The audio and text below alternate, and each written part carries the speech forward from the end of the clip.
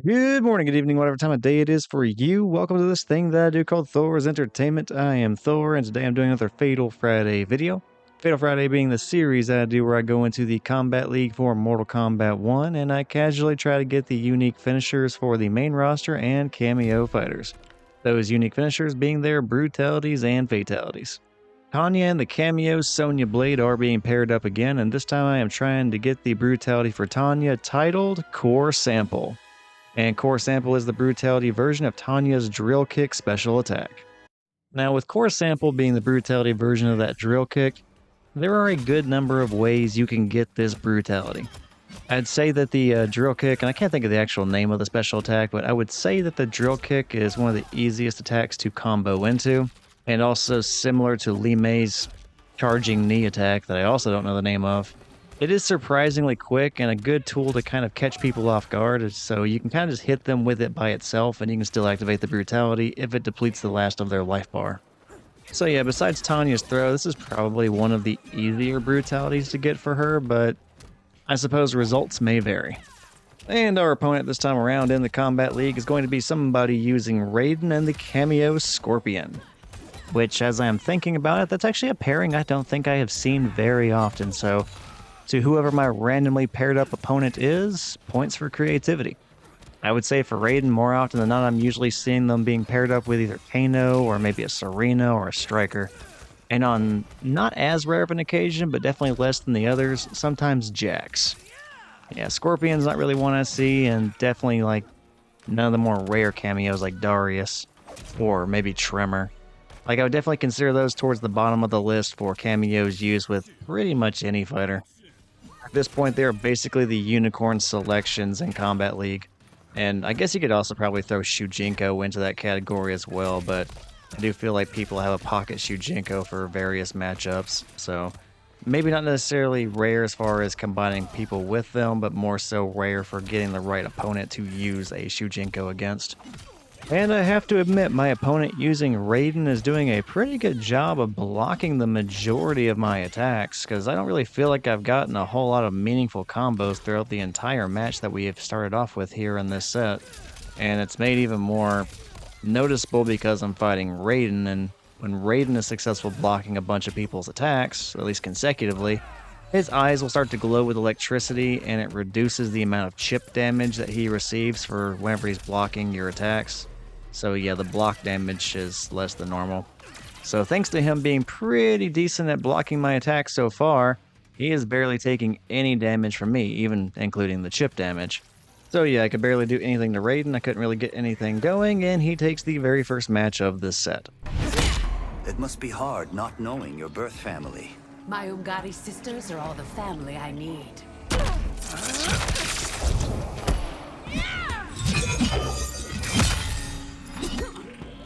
Take one. Action!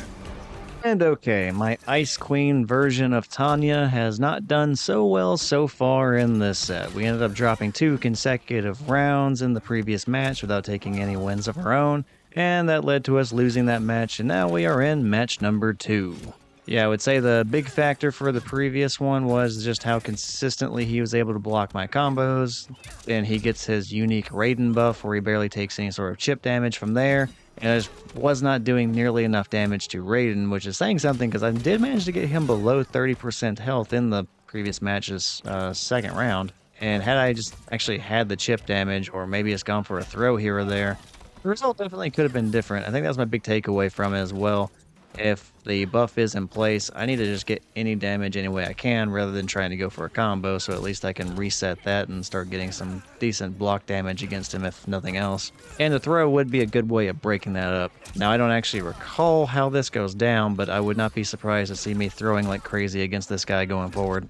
And yeah, actually I have been throwing a lot more, and I think my opponent has kind of taken inspiration from that strategy because now Raiden is throwing me quite a bit as well. So yeah, we're just kind of tossing each other around at this point. And as a result, we are now just basically one simple combo away from losing either one of us. So who is going to be the lucky one in the end? And well, I guess maybe a little bit of a non-shocker here because I need to get back into this somehow. I end up winning the first round, and with one of those throws I was advertising. So yep, I am throwing like crazy, and it did lead to me getting my very first round victory of this entire set. Let's hope things continue to improve for me and stays on this trajectory, because yeah, I would hate to just lose to Raiden and then have to go against somebody else to get this brutality against. And yeah, that was certainly a fun first round for this match specifically, because it did come down to the very last 6 or so seconds. And now this second round, I am doing quite well so far. I actually think I landed my biggest combo of this entire matchup against Raiden, so... Brutality! Tanya wins. Well, I was going to say the only thing I could really do to make this better was get the core sample brutality, and sure enough, I did that right before I could finish that statement. So yeah, that was the core sample brutality for Tanya. We did that little drill kick just barely above the ground all the way across the screen and took out everything in Raiden's legs from the knee below. Pretty fantastic finish to the fight. It'd been kind of cool to do that in like a bigger combo or something like that rather than just the special attack by itself, but you know what, I'm not complaining. We got it, we won, we are back in this thing, and we only need one more match to win the entire set. So yeah, let's try to win this thing and end everything on a high note. And I'm kind of curious to see exactly how this third match goes. I don't really remember how it went down whenever it happened in real time, but the very first match, well, Raiden won it with 2 consecutive round victories and me not getting any round victories. And in the second match, I ended up getting the 2 round victories consecutively without him getting any. So regardless of which match it was, the victor of that match ended up doing so very dominantly. And I'm curious to see if that dominance goes to the winner of the third match as well, or if things get a bit more competitive and possibly a little bit more nail-biting whenever it comes to seeing who wins this final match. And I'm certainly hoping for more of a nail-biting finish, considering my opponent was the one who took the very first round of this third match. So if the trend continues and the victor is dominant the entire match, then I'm kind of screwed because he went ahead and got the first victory. So yeah, fingers crossed for me winning the second round and taking things to a third and final round to decide everything. And as I am watching this back, there is something I really should have practiced with Tanya, but I know for a fact I didn't. And that was how best to punish that whole Superman fly that Raiden does. Because it is punishable, but due to the knockback on it, only certain attacks can, and I'm not 100% sure which ones can for Tanya. And you can kind of tell I'm a little bit slow about reacting to the punishing of that attack, and I can't tell if I'm not punishing it because the attack itself just is not fast enough to do so, or doesn't go far enough to do so.